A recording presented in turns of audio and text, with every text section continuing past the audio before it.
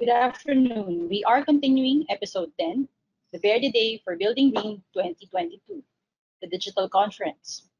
Building Green is the flagship campaign of the PHILGBC events and consists of year-round activities that encourage participation in the green building advocacy.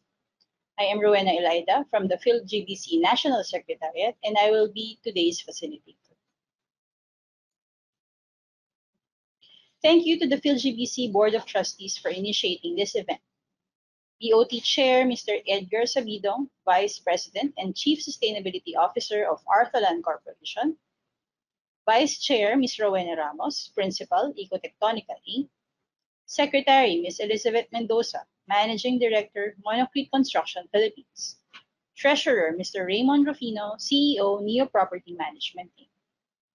The members of the board, Ms. Catherine Ilagan, President and COO, PhilInvest Alabang Inc., Mr. Felino Palafox Jr., Principal, Palafox Associates, Mr. Hiner Liwanag, Junior Partner, GFN Partners Architects, Mr. Luis Chamon, Country Manager, Sangoban Philippines, Ms. Audrey Poe, Managing Director, World Home Depot Corporation, Mr. Francisco Arellano, Consultant of Maynilad Water Services Inc., and Mr. Gabriel Maria Angelo Cascante. I would also like to acknowledge the CEO of the PHILGBC, Mr. Christopher De La Cruz, the Executive Director, Ms. Maria Ana Tongol, and the PHILGBC National Secretariat for organizing this conference. We would like to thank our members and sustaining corporate sponsors that support the programs of the PHILGBC and for making our activities possible.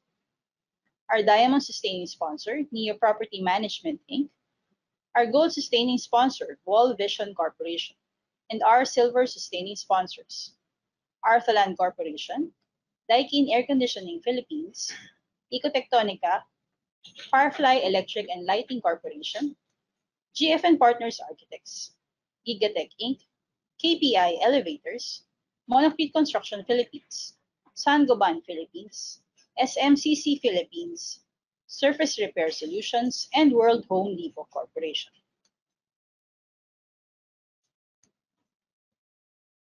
We would like to thank the following sponsors and strategic partners for their support in making this Building Green Conference 2022 possible. Our Diamond Sustaining Sponsor and National Secretariat Sponsor, Neo Property Management Inc. Our Gold Sustaining Sponsor, Wall Vision Corporation. Our BG2022 Gold Strategic Partners, Aboitiz Infracapital Economic Estates, and City Home Builders and Development Inc. Our BG2022 Silver Strategic Partners, First Balfour, Daikin Air Conditioning Philippines, Wall Vision Corporation. Our BG2022 Bronze Strategic Partners, AGC Asia Pacific, Botanica Nature Residences, PhilInvest City, Datem Incorporated, FPD Asia Property Services, and Monocrete Construction Philippines. Before we continue, please be reminded of the following event guidelines. This webinar will be recorded by the PHILGBC National Secretariat for documentation purposes. We encourage active participation during the event, and you may ask your questions using the question box in the GoToWebinar panel. Questions that you will be raising will be addressed during the discussion period. And upon request, an electronic certificate of attendance will be issued by the PHILGBC National Secretariat to your registered email address, provided that you are present for more than 50% of the allotted time for each session, have completed the feedback survey, which will be sent to your registered email address after the event, and requested a copy of your certificate through events@philgbc.org.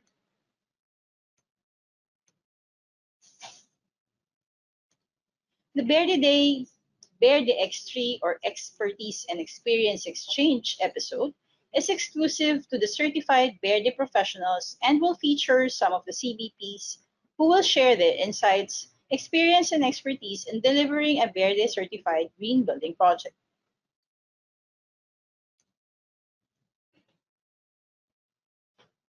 For this episode, we will have Ms. Camille Angelique Taborlupa, Project in Charge of Ecotectonica Inc., And Camille graduated with a degree in Bachelor of Science in Architecture from the Polytechnic University of the Philippines. She began her career with Ecotectonica in 2019 as BERDE coordinator. And as a BERDE coordinator, she prepared the design and document reviews to ensure compliance with the requirements of BERDE. This also includes active coordination with the clients and the project team, and she showed interest in the field of sustainable design and was given a chance to undergo the BERDE training program in February 2020. After delivering projects to certification completion, she was promoted as project in charge and is responsible for overseeing the firm's projects in all stages of certification. Next, we will have Engineer Andres Muego, Proprietor Manager of TM Consultancy and Allied Services. Engineer Andres is a certified BERDE professional, environmental planner, civil engineer, EIA preparer, pollution control officer, and an accredited individual local development planning consultant for local government support program and local resources partnership in consortium, the Development Academy of the Philippines. He was involved in 400 projects undertaking EIA, CLUP, SWMP, and feasibility studies for both government and private clients in Cebu and other parts of the country. He graduated with a degree in Bachelor of Science in Civil Engineering at Cebu Institute of Technology and has a master's degree in Urban Environmental Management in Asia Institute of Technology, Thailand. Lastly, we have Attorney Maria Cristina Samson, Chief Operating Officer of Menarco Development Corporation. She started as a corporate secretary and a corporate counsel in various companies in the building industry before being a co-president in the NET Group. Aside from being the CEO of Menarco, COO of Menarco, she is also the president of a private corporation and a law professional at Manuel L. Quezon University. Attorney Tina is also engaged by the PHILGBC as a consulting assessor for projects undergoing the BERDE assessment, rating, and certification. In 2018, she was a recipient of the Women in Green Building Leadership Award for the second PHILGBC Leadership in Green, the top three finalists of Women in Green Building Leadership for the PHILGBC. We will be opening the floor for questions after all the presentations from our speakers, and you may send your questions for our speakers using the question box, and we will address them during the open forum. Following the discussion, Ms. Rowena Ramos, Vice Chair of the Board of Trustees of the PhilGBC and Principal of Ecotectonica Inc., will be delivering this episode's closing remarks.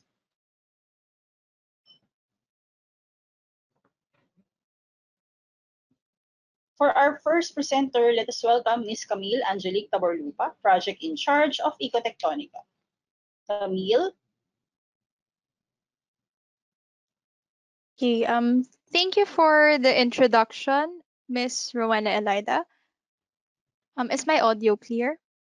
Yes, Camille. Okay, thank you, Miss Rowena. Okay, to my fellow certified BERDE professionals, good afternoon. I am Camille Tabordupa, project in charge from Ecotectonica Incorporated. My discussion for this afternoon session is about the role of a CBP in the project, where I will share our experience in handling and delivering the BERDA certification of a project in various stages. Um, Kindly load my slide. Okay, next slide, please.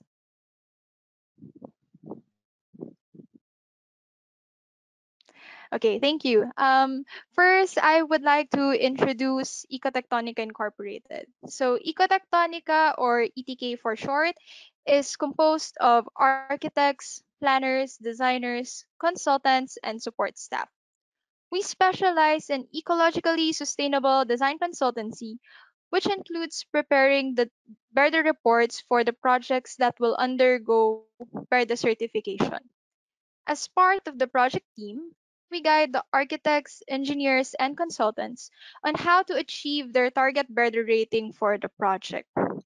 We provide recommendations on how to make the buildings more efficient in terms of the use of energy, water, materials, and waste. We are also a design firm that applies the principles of BERDE in all our design projects. Okay, next slide, please. We delivered several projects and currently have ongoing BERDE projects in Luzon, Visayas, and Mindanao. We also had the opportunity to work with the project owners' representatives, consultants, and coordinators under the guidance and supervision of our principal architect and other internal project team members.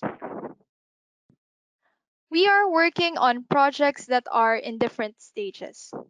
We have projects that is currently undergoing design development, construction, and operations. For today's discussion, we will look into the BERDA process that happens for each stage of the project and how we, as CBPs, guide the project team into achieving their desired BERDA rating. As a CBP, it is your role to guide the project team that is headed by the project owner's representative in formulating possible strategies in order to improve the performance of the building, both during the planning and construction stages. During the planning stage, we conduct reviews and coordination meetings in order to guide the project team on the possible strategies that can be incorporated in the project. It is also important to note that this is a collaborative process and this entails continuous communication between the CBP and the project team. Okay, we'll move forward to the next slide, which is the minimum system requirements. Okay, the minimum system requirements is referred to as the MSR in the BERDA manual. It is one of the most important documents to prepare prior to writing your BERDA reports. Okay, it is the basic requirements for the projects that is undergoing certification. Projects that are applying for BERDE must comply with these requirements in order to demonstrate a clear commitment in disclosing the energy, water, and waste performance of your project. This information is also important in formulating the base case and the design case. Okay, next slide, please. We'll proceed now with the coordination with the project team. So it is highly beneficial for the project to have an engaged green building professional or certified builder professional during the initial stage of design development. It is our role as a CBP to guide the project team in the planning of the design considerations and strategies in order to achieve the green building targets of the project. Our goal is to deliver the project based on the target rating that was set by the project team. But if there are strategies that can help improve the performance of the building, and we highly encourage that the project go for the highest rating or target the highest rating. So currently, the highest BERDE rating is BERDE 5 stars. In order to achieve this, you as a CBP will be working with the project owner, the project coordinators, architects, engineers, and contractors all throughout the BERDE certification process. So the members of the project team have their distinct roles and responsibilities in the project based on their profession and expertise. Through their feedback, we tackle aspects in the design which can be improved on.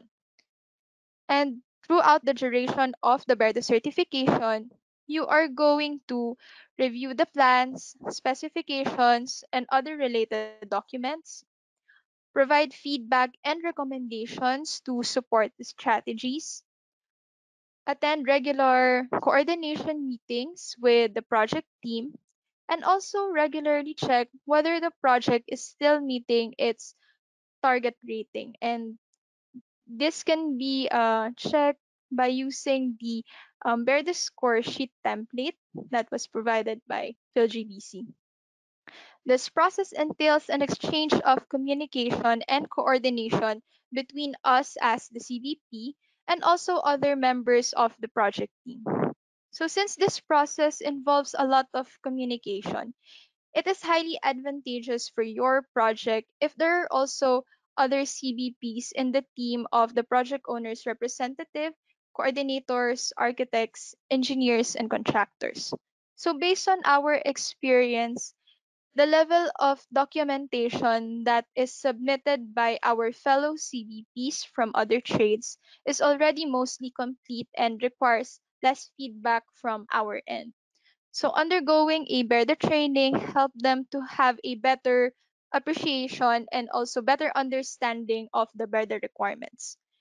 Some of the CBPs from other trades also had the chance to ask questions during the BERDE training, and they were able to apply what they have learned into the project. Okay, next slide, please. We now proceed with the transparency and sharing of data. So, sharing of necessary data and information is essential in working together on a BERDE project. This allows you, as a project team, to study the strong points of your project and formulate possible strategies to improve the performance of the building.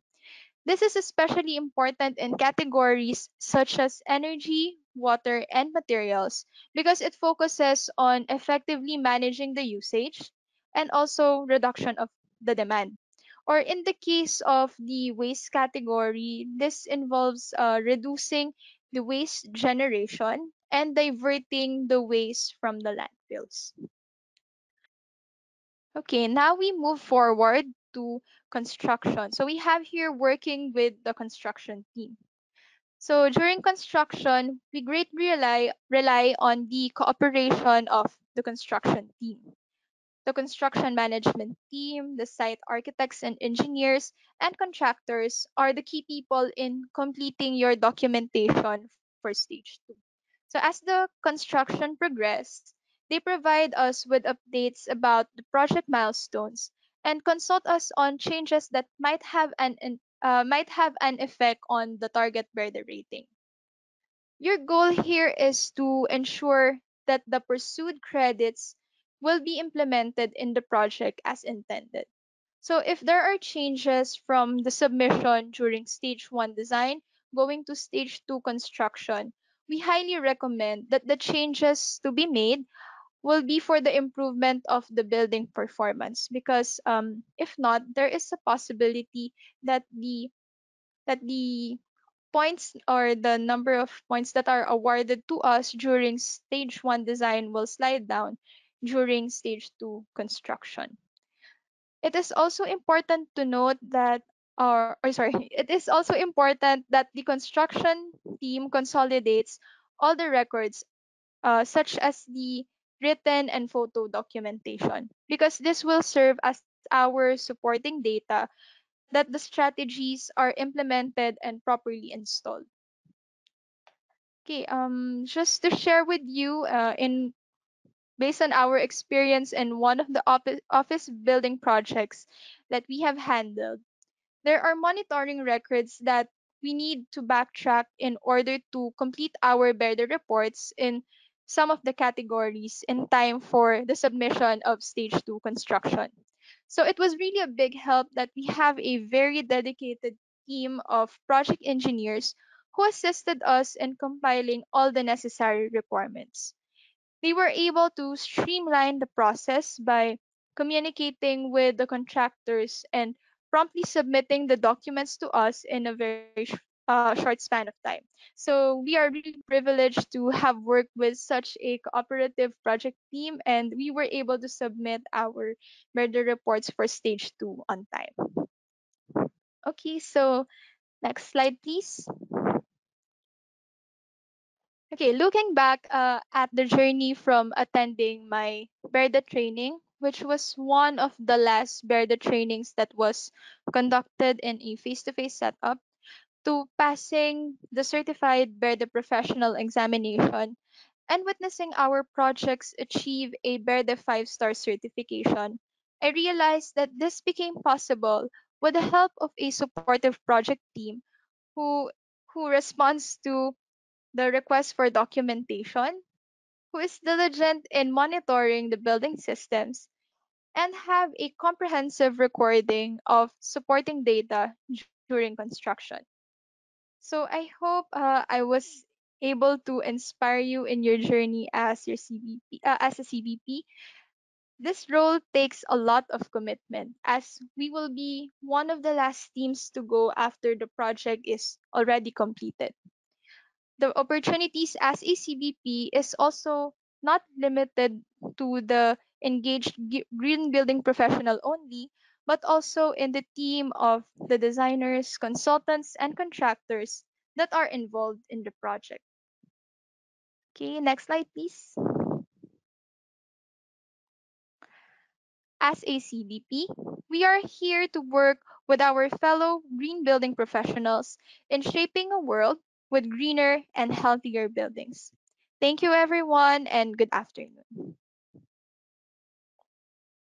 Thank you, Camille. For our next presenter, we'll have Engineer Andres Muego, Proprietor Manager of TM Consultancy and Allied Services. Mr. Muego? Okay, can you hear me now?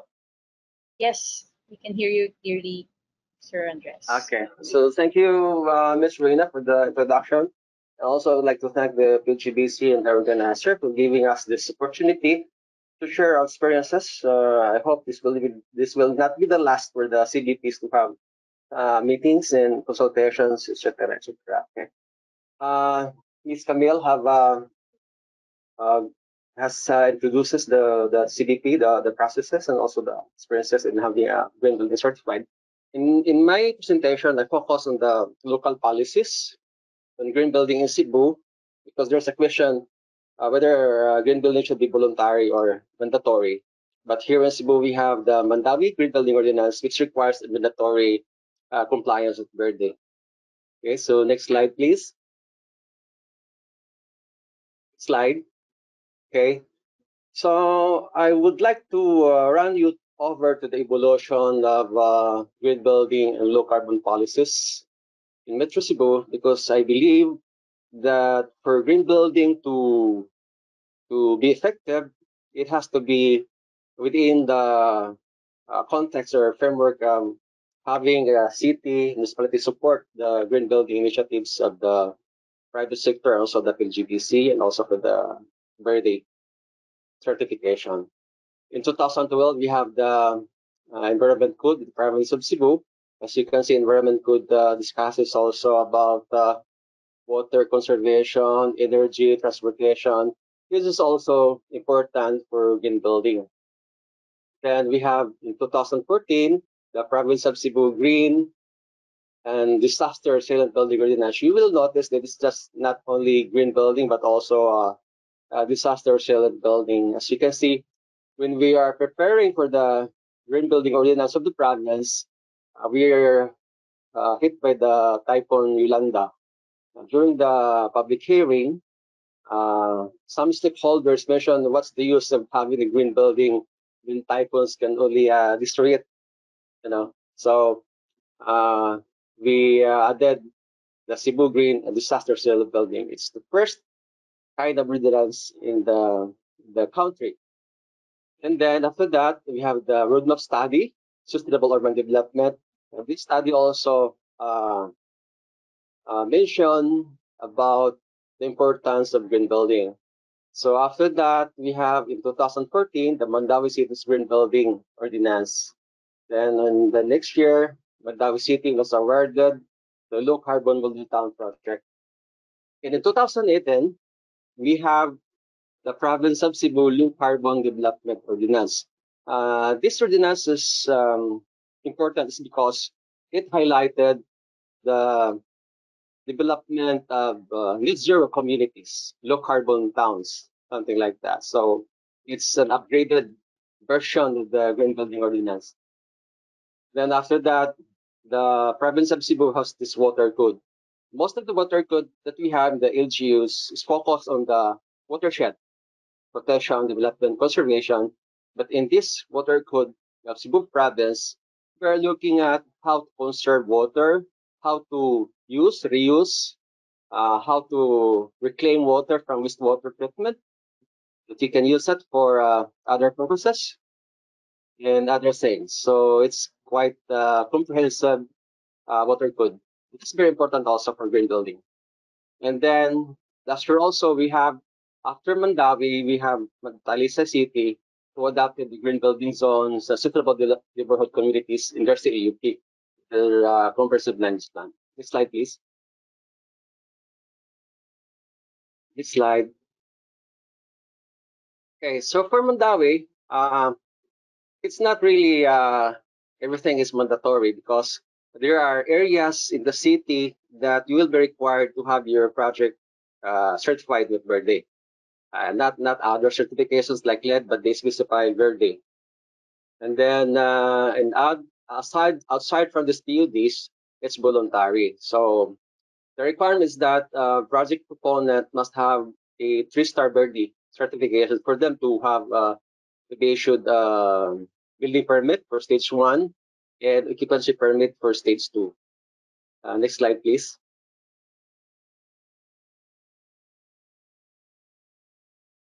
Okay, so what's the significance of green building in the city of Mandawi? As I mentioned earlier, there's an APIC low carbon model town project, and it is being found out in that study that green building projects contributed more or less 40% of the greenhouse gas reduction. That's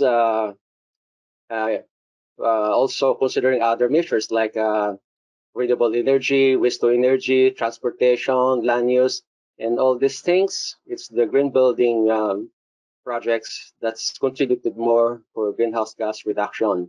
So this is an important study that highlighted the importance of green building initiatives for the city. Next slide, please.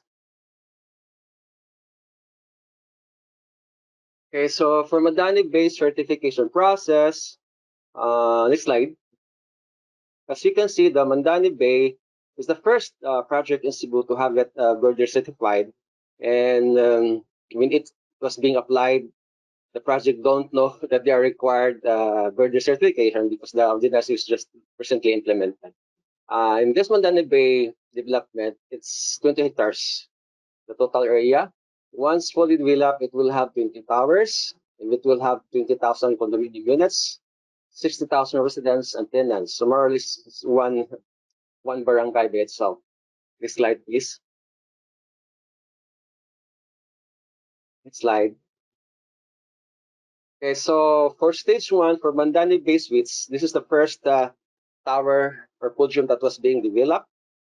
We then were able to achieve 4 stars because it's our first experience to have gone through the BERDE certification process. Then for stage 2, we were able to attain a 5-star rating. Next slide, please. So it's for stage 1, it's version 1.1.0. I think this is the first version or something, early version for the BERDE.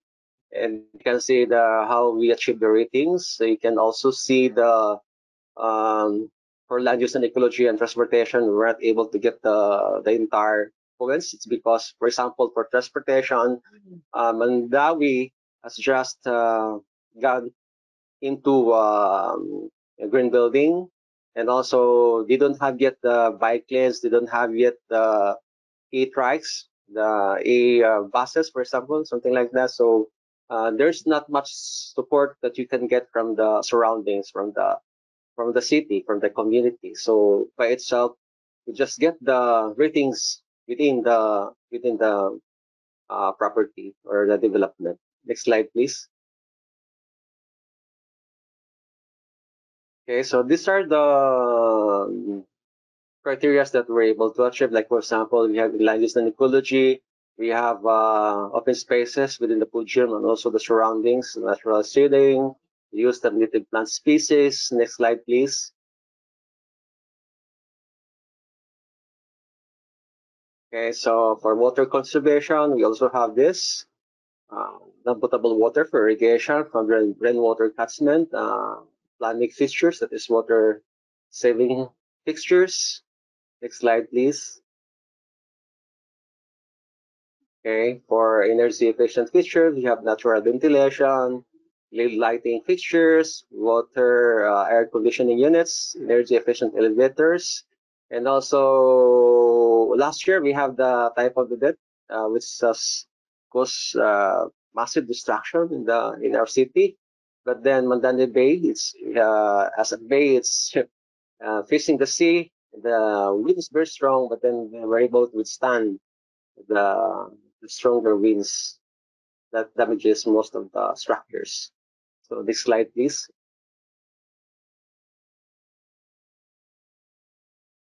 Okay, so also for goods transportation, there's bicycle rider amenities. There's a provision for electric vehicle parking, shuttling services, shaded drop-off and walkways. Next slide, please. Next slide, please. Okay, for public access also, we have also interlinked development. The towers will be connected by underground walkways. And next slide, please.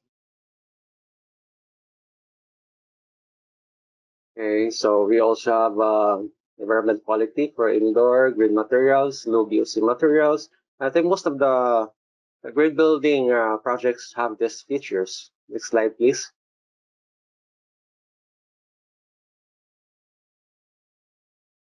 Okay, sustainable building systems, we're using that. Next slide, please. And also for the waste management system, sewage treatment plant. Okay, next slide. Next slide, please.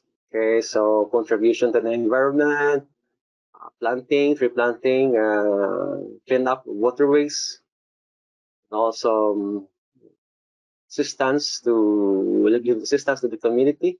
Next slide, please.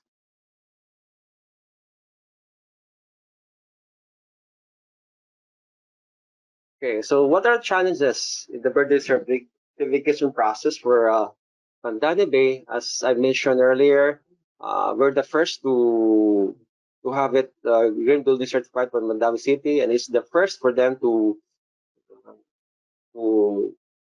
implement the green building ordinance. So we have a hard time in coordinating with the city government because at that time they don't have yet more trained CBPs, which is very important. And also, when we applied for the certification, Mandani Bay was not designed, intended to have it BERDE certified. So we have to adjust with the plans and designs. And also, we also have difficulty in the management team because most of the consultants, the designers who have completed their job cannot attend anymore the meeting. So that's one of the difficulties that we have. But for the stage 2 and the next BERDE certification process, I think we learned our lessons. We are now best prepared for BERDE certification for the other buildings and towers within the Mandani Bay. Next slide, please.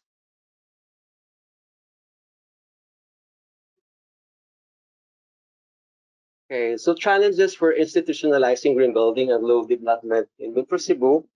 As I heard Ms. Camille mention about CBP is not only for helping or assisting their proponents to achieve the rating, but also in our case, I understand that the city itself, the community itself, needs people like CBPs who are well aware of green buildings, its significance, the development of the community and the city.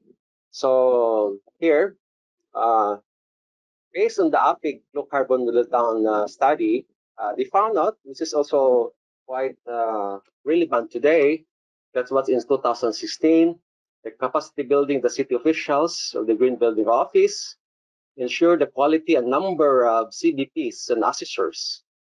Then promotional activities about green building ordinance, and also important if you want to institutionalize green building policies in the city, you also have to have a proper incentives to encourage the voluntary application of BERDE certification for building owners and developers.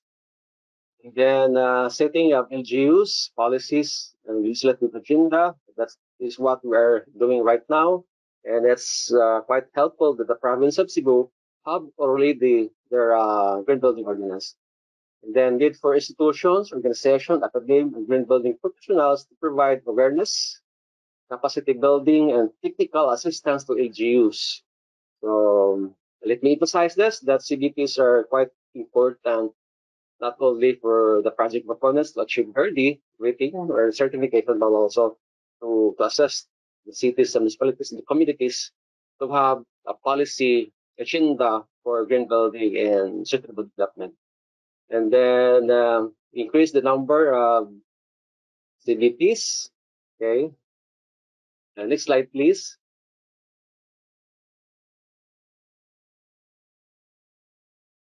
I think this is my last slide. Way forward. Mandani Bay is showcasing a number of BERDE versions from 1.1.0. Now it's, I think, 4 something. And then you have the BERDE districts. And Mandani Bay development is suited for having it BERDE district certified. And that's the next step. Number 2,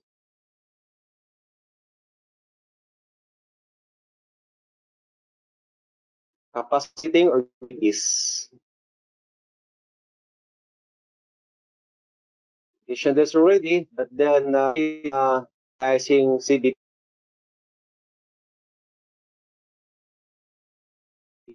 There's, I think that was last year, somebody initiated to form a CBP organization. That is a quite good idea.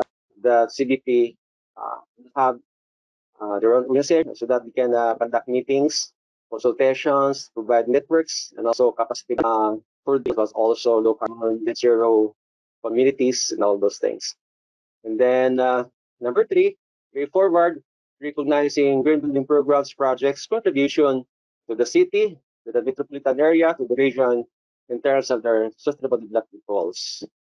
I think that is all for now. Thank you very much. Okay, thank you. Thank you. Thank you, Engineer Andres. For our next presenter, Thank you. thank you, Sir Andres. For our last presenter, we have Attorney Tina Samson. She is the uh, Oper Chief Exec Operating Officer of Minarco Development Corporation. Attorney Tina. Hi. Good afternoon, everyone. Okay.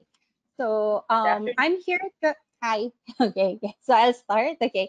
So I'm here to explain to everyone or the CBPs how to best support your clients in obtaining the highest rating possible for their respective products. So the tips that I'm supposed to give this afternoon, I hope would help you document your applications for BERDE certification. Okay. So next slide, please. Okay, so in filing for your BERDE certifications, I created actually a mnemonics for everyone to follow. So one of the biggest hurdles that we've seen with respect to applications for BERDE certification is how to best support the client's projects in order for the assessors to review properly the projects and for the assessors to be able to fully understand what is in the project and thereby grant it the highest certification, highest star feasible. Okay, so the mnemonics I created is actually BERDE, so BERDE, which stands for breakdown, explore, record, defend, and establish. So next slide, please. Breakdown meaning you have to break down the BERDE Green Building Rating System. Okay. Explore, you need to actually explore the requirements provided in the rating system on how to on what is the purpose for each criteria.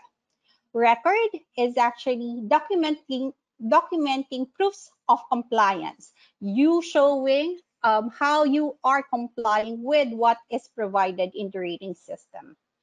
Defend is providing proof of credits in your compliant notes, explaining how the documents you are submitting complies with the credits. And lastly, establish it's providing authenticity and credibility to your documents. Next slide, please. Okay, so let us create an example on how really to do the BERDE for you, okay, when you submit documentations for your certification process. As an example, let's use the MT01 green procurement. So as you see, the purpose and intent of the green procurement in establishing the credits is to establish procurement requirements that prioritize the purchase and use of products with less environmental impact. Okay, you procure and use of products and technologies that have less environmental impact, and the implementation of green procurement plans to further reduce the environmental impact of the project. So those are the aims of the credit. Next slide, please. Okay, so let's first do the breakdown of the Green BERDE rating system. Next slide. Thank you. Okay, so when breaking down, you basically just need to read through the rating system and look at what it aims to establish. Okay, so for MT01, okay, the purpose is the project team. It clearly indicates that the project team must establish a green procurement program, okay, which must include a commitment of the project owner in procuring sustainable materials in the design and construction of the project, okay, identifying materials that meet the following sustainability requirements: materials with post-consumer recycled content, VOC content, low VOC content, certified wood, which should be certified by the PEFC or the Forest Stewardship Council, eco-labeled products, which should be labeled under the Green Choice Philippines or an equivalent labeling programs. Okay, requiring the project team members to prioritize the specification and procurement of green materials, communicate the green procurement programs, compute the percentage of the specified materials that meets the sustainability requirements compared to the estimated total cost of materials. So I've highlighted in yellow the material or the basic concepts or what is important with respect to the crediting of this criteria. Okay, so by highlighting those items, you basically, any CBP will be able to determine what they need to push, what they need, what is important to get that particular credit. So we now go to the next part, which is, next slide, please, exploring the requirements. The green rating system already indicates what are the requirements in supporting the credit. So what is necessary is only for the CBP to follow those lists. Okay. Next slide, please. It is material for the CBP to actually concentrate and understand the requirements, because unless all of these requirements are provided for and submitted for assessment, then the full credit will not be given to the particular project. So what are the requirements under MT01? One is the proof of green procurement program. So now it's clear, you really have to create a program. It is not enough to say that the project is going for green procurement. There has to be a particular program that is established for the project. Okay, what is necessary or what must be included in the program? It is indicated in the rating system. There must be a commitment to procure sustainable material. So it is not just enough to say that the project is procuring sustainable materials. but there has to be a particular commitment that this is the priority. The priority is being given to sustainable materials.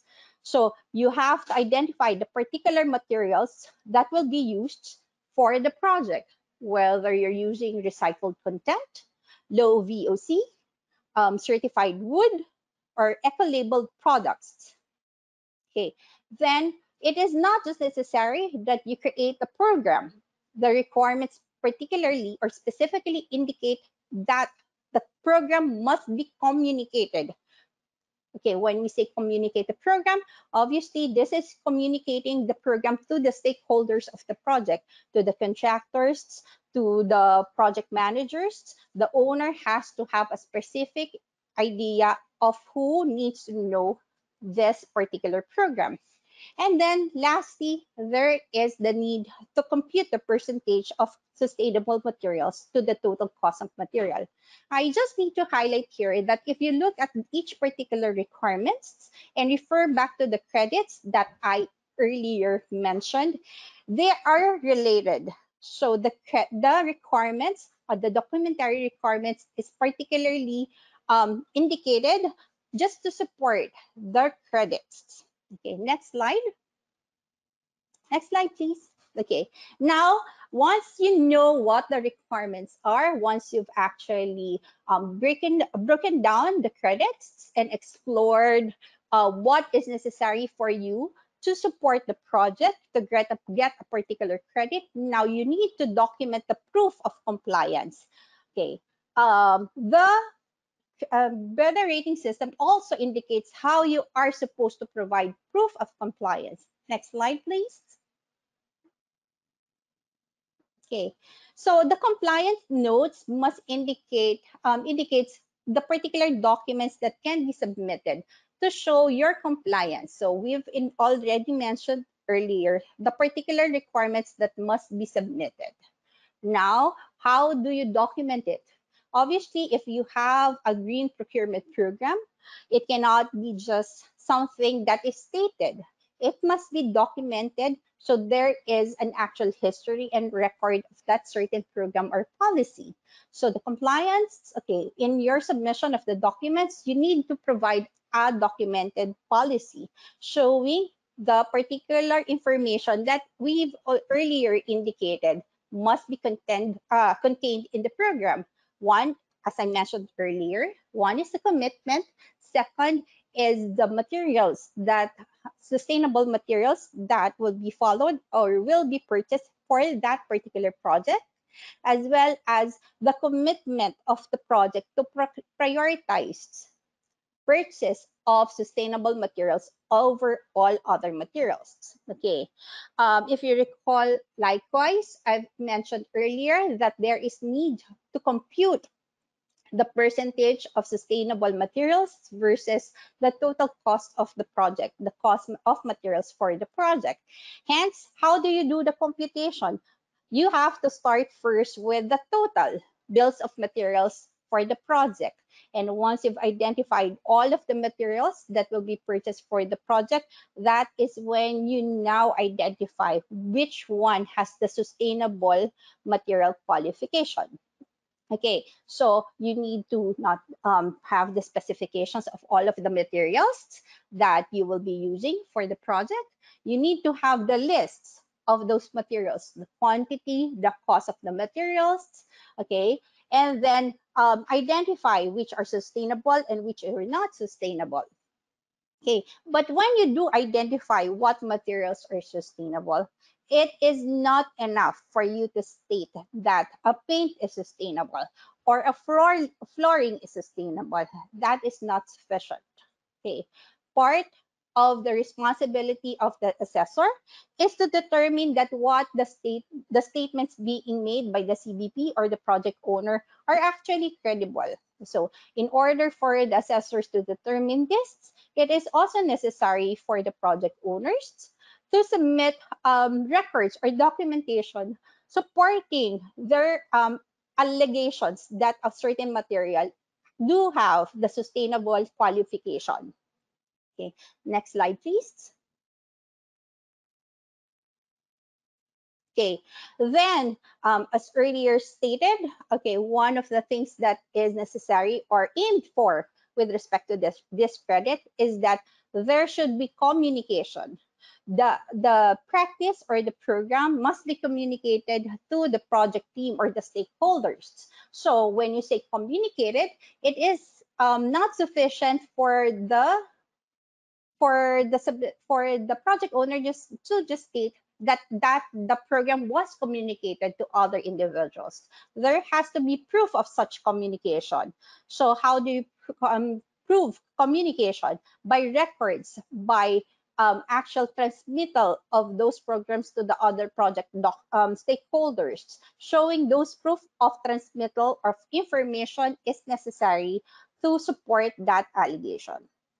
Then there is likewise the purchase records to really establish with the assessors that when you say that you are purchasing a particular sustainable products, these products are actually purchased for the projects, and it is not just by plans or by ideas. So those records will help support the computation that will be provided by the project owner. Okay, and then lastly would be the computation. The BERDE rating system already indicates how the computation will be made.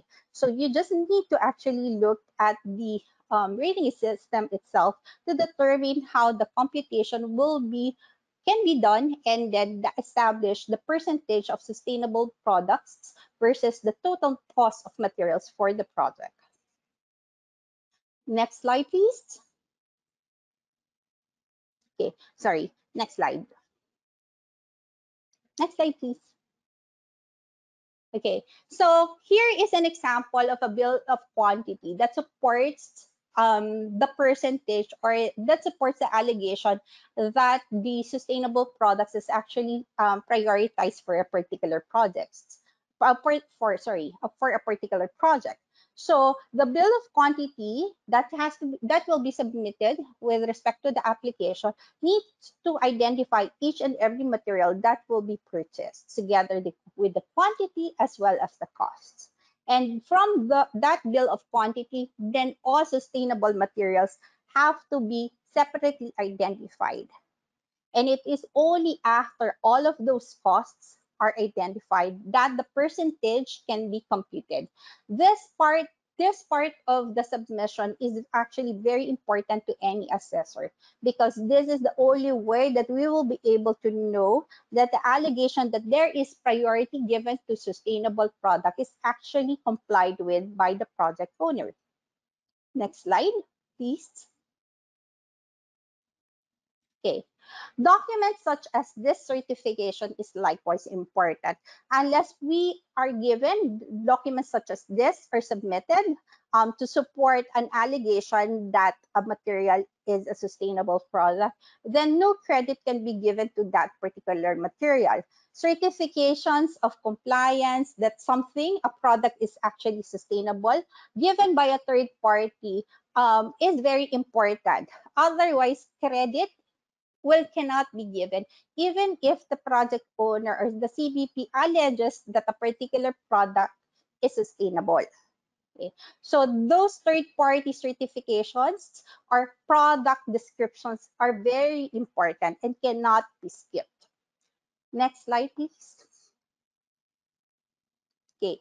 Purchase orders, contracts, and quotations are likewise important. Okay.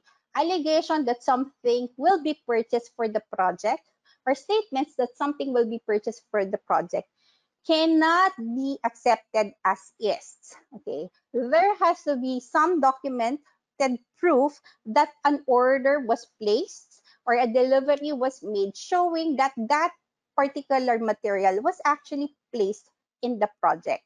So unless such is provided, listing down materials or supposed materials for the project might not give you the necessary credit that you are aiming for. Next slide, please. Okay. Now, once all of those documents are compiled, okay, and submitted, then you need to defend your proof. your credits, the credits that you're trying to achieve for that particular criteria. So next slide, please. Okay, so this is an example. When you do your defense, is this sufficient? What you need to do is when you do your compliance notes, you have to explain to the certifying body that what you are trying to present, what you are trying to defend.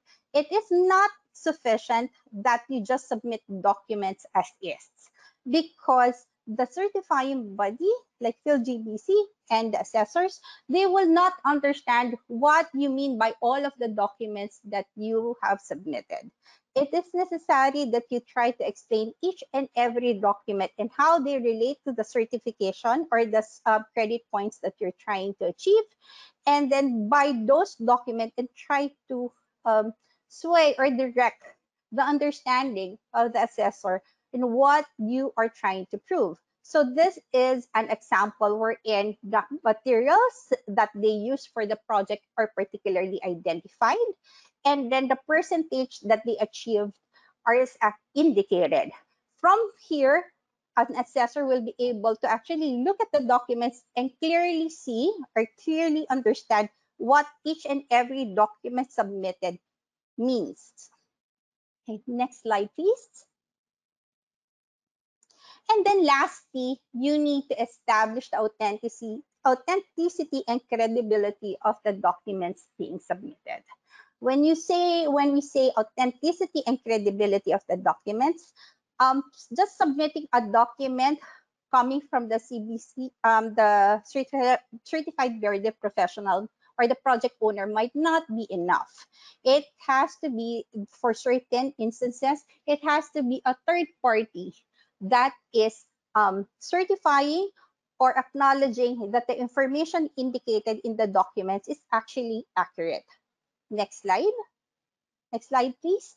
Okay, so how do you establish the authenticity and credibility of the documents? If you look at the BERDE document, you would see it lists down the requirements on how to establish the authenticity and the credibility of each and every document you're submitting. For example, for the plans, for the as-built plans, you cannot just submit any as-built plan.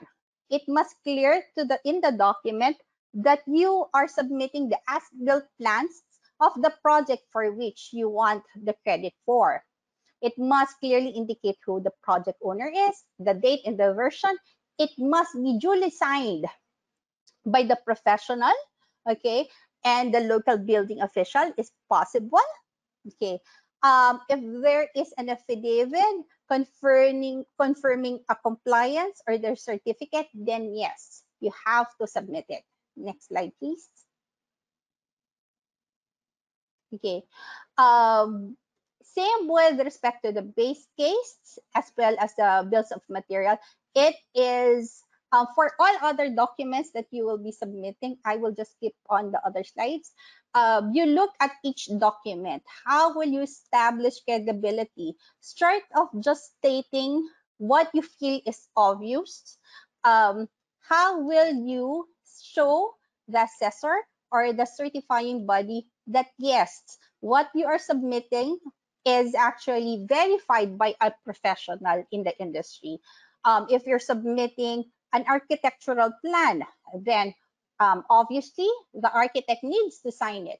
If you're submitting an engineering plan, then yes, it should be stamped, sealed with the seal and signature of the engineer. If you're submitting a policy, then yes, it has to have the signature of the upper executives of the corporation to show that the executives and the board really approved those programs. Next slide, please. Okay, so certifying bodies, next slide, please. So all of the next slides actually just indicates for what are considered as sufficient certifications or authenticity for each document that you submit. Okay, and for all of this, it is material that there is actually a signature and an authorized representative signing those documents. Submission of a document which is not signed, okay, and which does not have any essence of credibility might actually prevent you from getting the points that you need. Okay. Next slide, please. Okay, so there are, in the last few slides, I just want to show some sample documents and show you where, how it can be improved. Next slide, please. Okay, for example, one of the requirements of MP2 local procurement is that a certain material should be procured within 160 kilometers from the project. Okay, I'm highlighting this particular credit point because this is one credit point wherein there is um, a lot of confusion, or sometimes this is where there is failure to adhere to the 160 kilometers. Okay, what is indicated here is that the material needs to be manufactured within 160 kilometers from the project. Okay, if you look at the list that is submitted or indicated, it shows that there is the materials were procured within Bonifacio Global City, okay, within Mabini Avenue, Caloocan. Okay, there should be a distinction done with respect to whether it was actually procured from the manufacturing office or from a sales office. Now, if it's just a sales office, then that might not give you the full credit point that you're looking for. Or further explanation will have to be submitted with respect to that point that you're trying to achieve. Okay, so this is one instance where in clear understanding and clear reading of the credit point is necessary. Okay, next slide, please. Okay, another document or another instance wherein there has been some questions with respect to submissions is when you submit a particular plan. Okay, sometimes project owners, they are required to submit plans, okay, that reflects informations about their spaces, okay. With respect to the engineering plans, then that's fine. You submit the actual plan of the project. But because of haste, some project owners forget to actually submit a certified plan, a plan which is signed and sealed by the engineers, okay, which now causes some concerns with respect to that project achieving the highest point possible with respect to that project. Okay, that you have, as required under the BERDE rating system, you have to submit authenticated and certifiable documents. So which means that plans submitted must have the seal and the signature as well as the date signed by the responsible professional or the reputable professional. If it's planned, then it might be the architect or engineers as necessary. Next slide, please. Okay. And lastly, another example wherein a simple green building professional submission wherein you have to submit the qualifications and responsibility of the green um, building professional. But you would see as part of the requirements, the period of engagement of the professionals should likewise be indicated. In this example, in the right, you would see that, okay, a signed document was actually submitted by the project. However, what they failed to indicate is the period of engagement. Simple items like this, if you look at your the right side, number 4, wherein there is a blank with respect to the period of engagement.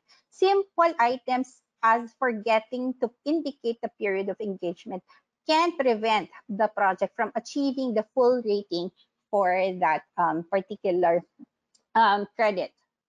So those 3 items, those 3 examples are just general examples of where the project can enhance the submitted documents that they have. as long as the BERDE, the mnemonics BERDE is followed by a project, then strictly followed by the project, then the greater the chance that a particular project can actually get the credit that they want to achieve. Okay, so that's it, and I do hope that you guys learned something from the mnemonics that I tried to impart to you. Thank you.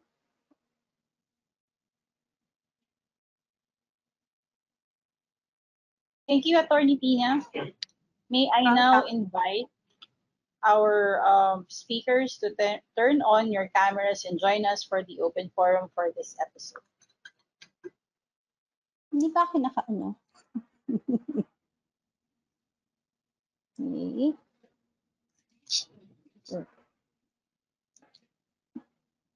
There. All the while, I thought the camera was already on.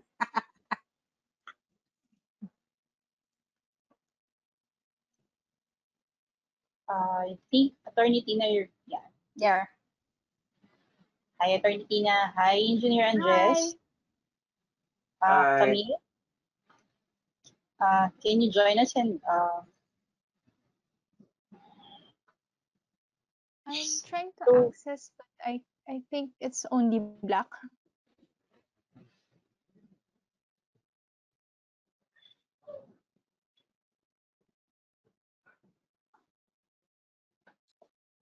so wait for Camille. Okay, so we have questions here from our participants. Um, for Engineer Andres Muego, um, if other CBPs would like to, yes, Camille is here already. If other CBPs would like to contribute to policy development for their city, um, what is your recommendation in engaging local leaders to establish a local green building policy? Sorry, di ba sa ano? How can you repeat, Yes, Mr. Rina? How? I'll the question. If other CBPs would like to contribute to policy development for their city, what is your recommendation in engaging the local leaders to establish a local green building policy?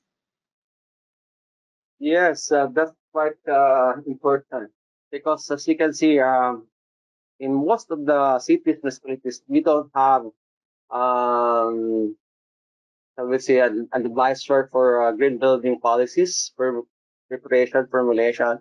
That's why in the last slide it emphasizes on the need for CDPs to have some sort of a group or a committee, for example, that we can have more discussions on how we can go about, like for example, in other cities, they already have a green building ordinance, how we can have also similar ordinances in our cities and municipalities. So it's not that simple because as you can see, we don't have a national law on green building. We don't have a national law that covers development of low carbon net zero communities. So we start on the ground. We start on the, for example, in the province of Cebu, we already have that, but we need more CBPs to be engaged in, shall we say, IEC campaigns. Shall we say more discussions with the communities? Because if you're a CBP, you already have an idea what sort of development that you are going to introduce, what sort of measures that the project proponents would have to, even though they are not going into BERDE certification, but then you can advise, for example, the barangay, they have a what a barangay hall or any buildings structure, for example, that you can introduce green building methods or practices. So that's important that for CDPs, we have established a sort of a network system that we can share our best practices and what we can do in our respective cities and municipalities. For example, in Cebu, we can share all our ordinances, all our policies in other cities, for example, if we are interested in that. Thank you. Thank you, Engineer Hueco.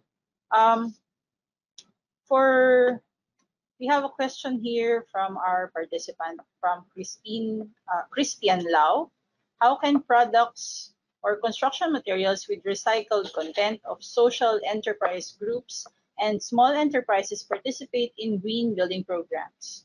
With the passage of EPR law, will the third-party audited waste credit diversion certificate suffice?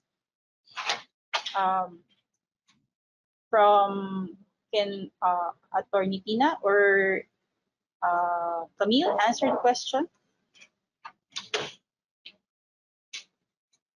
Yes, Attorney Tina.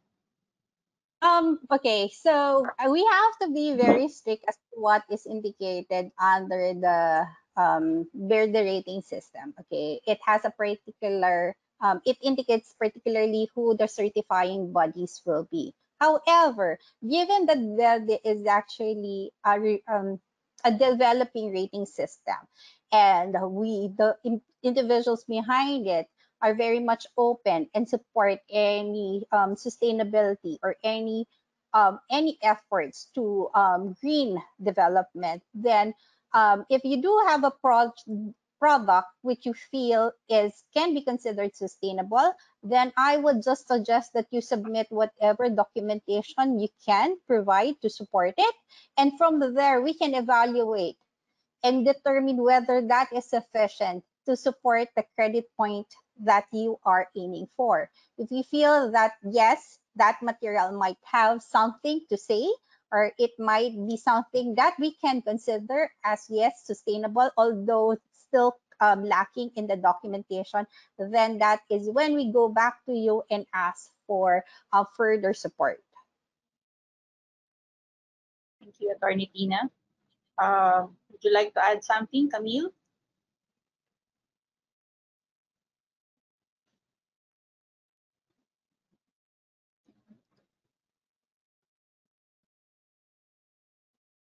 We have the audio. I think we have technical difficulty for on Camille's end of the internet. Um, for Engineer Muego, it's we have a question here.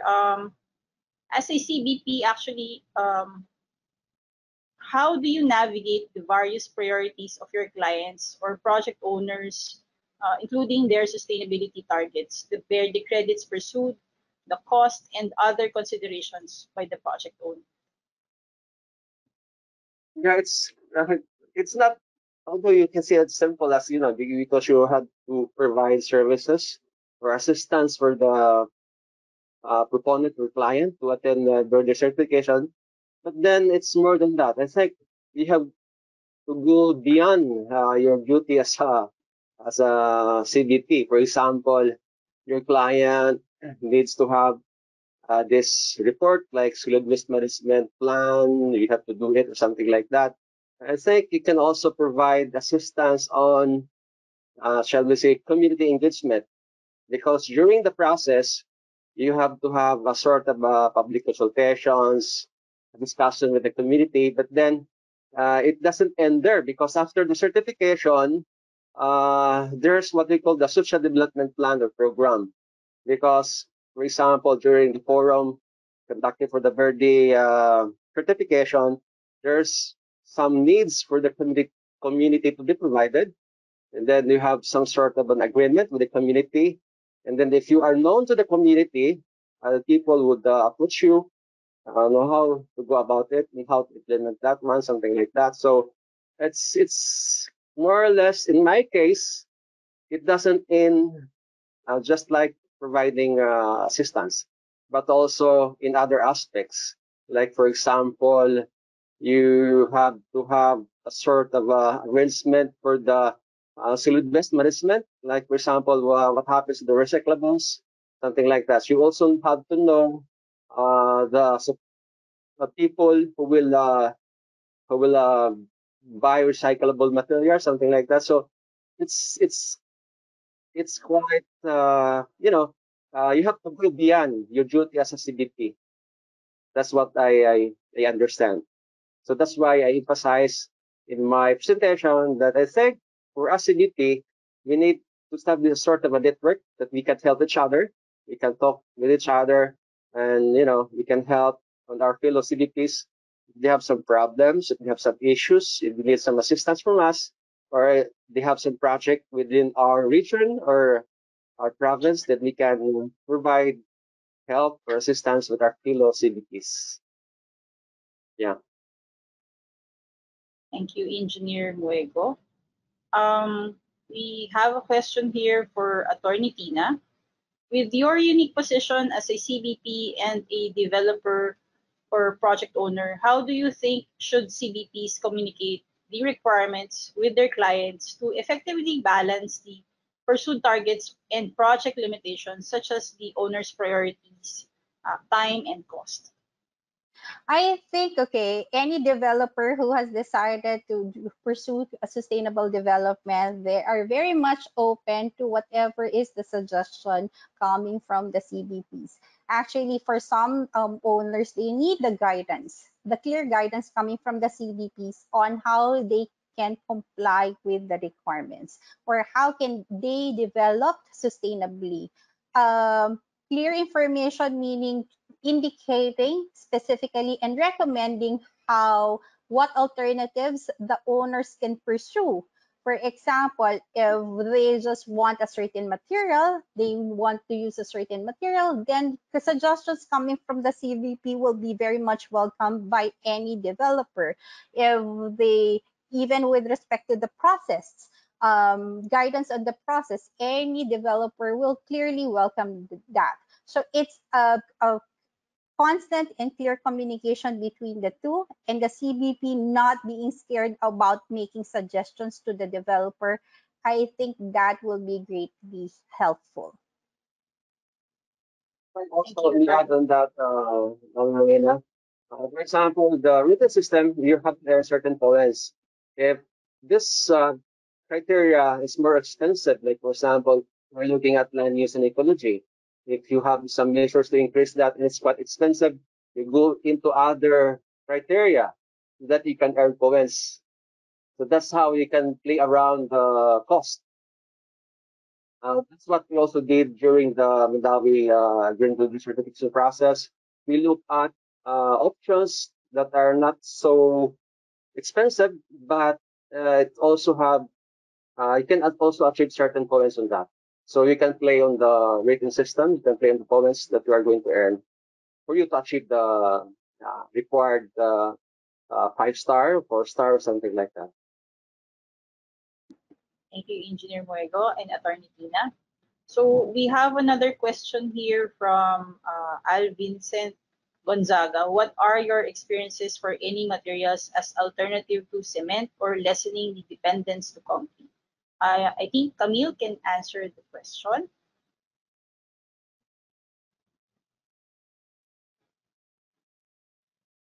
Okay, for the materials, we usually specify, or most of the materials that we specify have recycled content, such as fly ash, and also we review the specifications of the materials.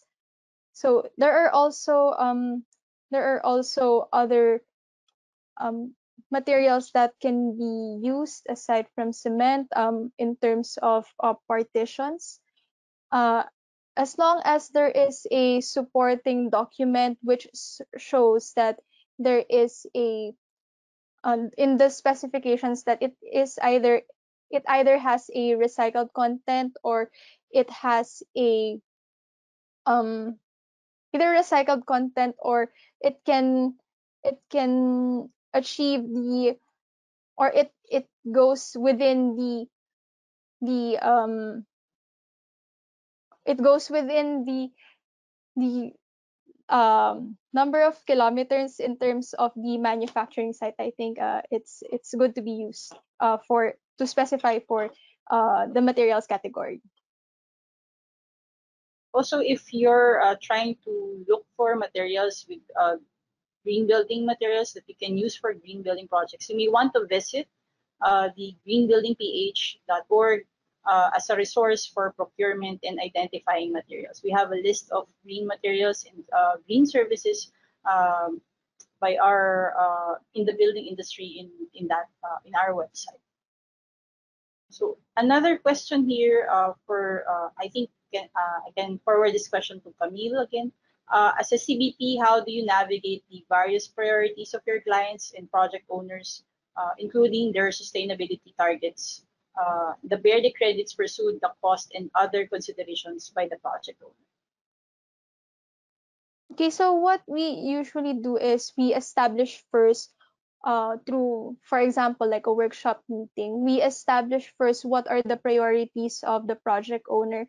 Like, for example, if they say that these are the green building categories or green building features of the project that they want to highlight, we focus first on that. And then if there are other categories or credits that we see that they can increase the number of points, or it is something that is achievable for the project, that is the time where we recommend that we push for example, the categories on materials and also improvement on the energy category. So we focus also, we understand that there are some budget constraints also, but we believe that for a building to be green, to it doesn't need to have a lot of intricate or modern technologies applied to it.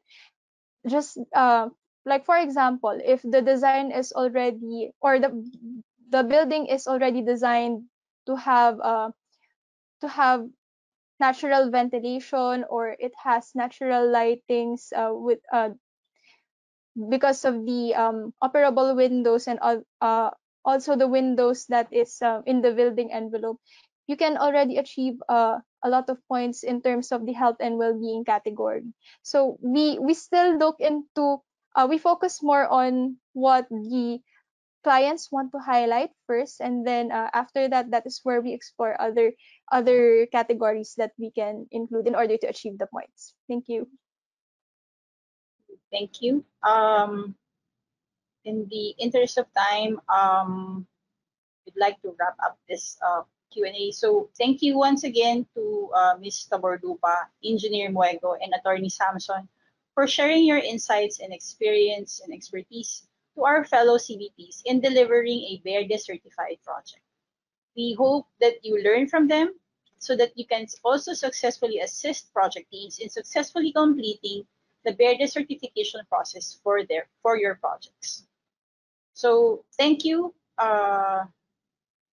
panelists, and thank you for participating in the discussion. And if you have further questions for our speakers, please contact the PhilGBC National Secretariat at BG at 2020 at philgbc.org so we can coordinate with our speakers after the event.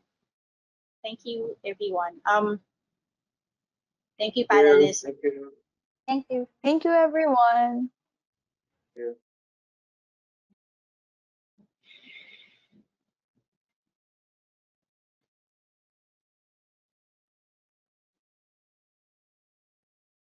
We encourage you to renew your credentials and participate in our trainings to keep updated on the latest version of BERDE Green Building Rating System, or learn about the new rating scheme under BERDE and BERDE districts. For CBP renewal, please contact me at cbp@philgbc.org, and for trainings, please contact Mr. Chester de la Cruz at berde@philgbc.org. We hold regular monthly online trainings for project proponents and professionals for the BERDE Green Building Rating System to support projects in pursuing their sustainability targets and providing guidance in how to incorporate green building principles in the design, construction, and operations of projects. During episode 11, the professionals BERDE buildings will host the BERDE Professionals Basic Training course, focusing on the latest version of BERDE, BERDE version 4.2.0. And during episode 12, the professionals BERDE districts will host the BERDE Districts Professional Basic Training course, focusing on the first version of BERDE Districts, which was launched this morning. And to officially close this episode, we'll have Ms. Rowena C. Ramos, Vice Chair, Board of Trustees of the PhilGBC, and Principal of Ecotectonica. Ms. Ramos? Thank you, Ms. Elida. Thank you to all our certified BERDE professionals who joined us this afternoon's BG 2022 Episode 10, the BERDE X3. Thank you to all our speakers for sharing their expertise, experience, and insight as a green building professional of BERDE certified projects. Ms. Camille Angelique Taborlupa, project in charge of Ecotectonica Inc., sharing on the roles and experience in delivering a BERDE project. The role of a CBP takes a lot of commitment as we will be one of the last teams to go after the project completion. As CBPs, we are here to work with our fellow green building professionals in shaping a world with greener and healthier buildings. Mr. Andres Muego, Proprietor, Manager of TNM Consultancy and Allied Services, sharing on Mandani Bay BERDE certification experience, including the challenges and lessons learned, as well as for encouraging that there should be an increase in the numbers of CBPs in the province of Cebu for sustainable development.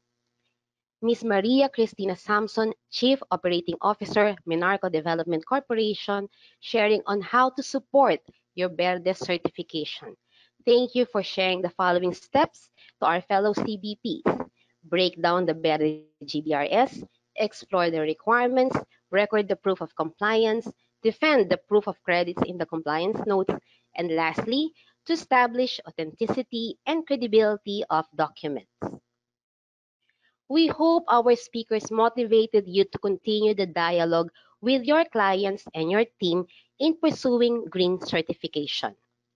We invite you to learn our new certification tools, the BERDE Districts version 1.0.0, the ANZPH Net Zero Energy, and the PhilGBC Health and Well-being for Buildings rating tools. We encourage you to pursue greener, healthier, and safer projects through professional development. We will have the first online training for BERDE districts on September 22 to 23 and an online training for ANZPH on September 27. We invite you to use the Green Building Procurement Hub to assist you in selecting and procuring appropriate green building products and materials for your projects.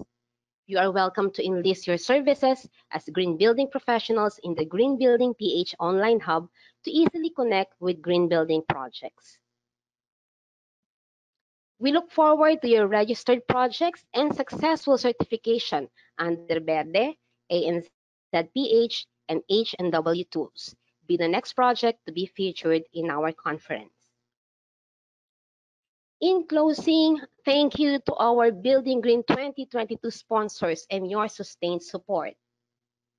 Gold Strategic Partner NEO, Aboitiz Infracapital Economic Estates, City Homes Builders and Development Inc. Our Silver Strategic Partner, Wall Vision Corporation, Daikin Air Conditioning Philippines, First Balfour Inc.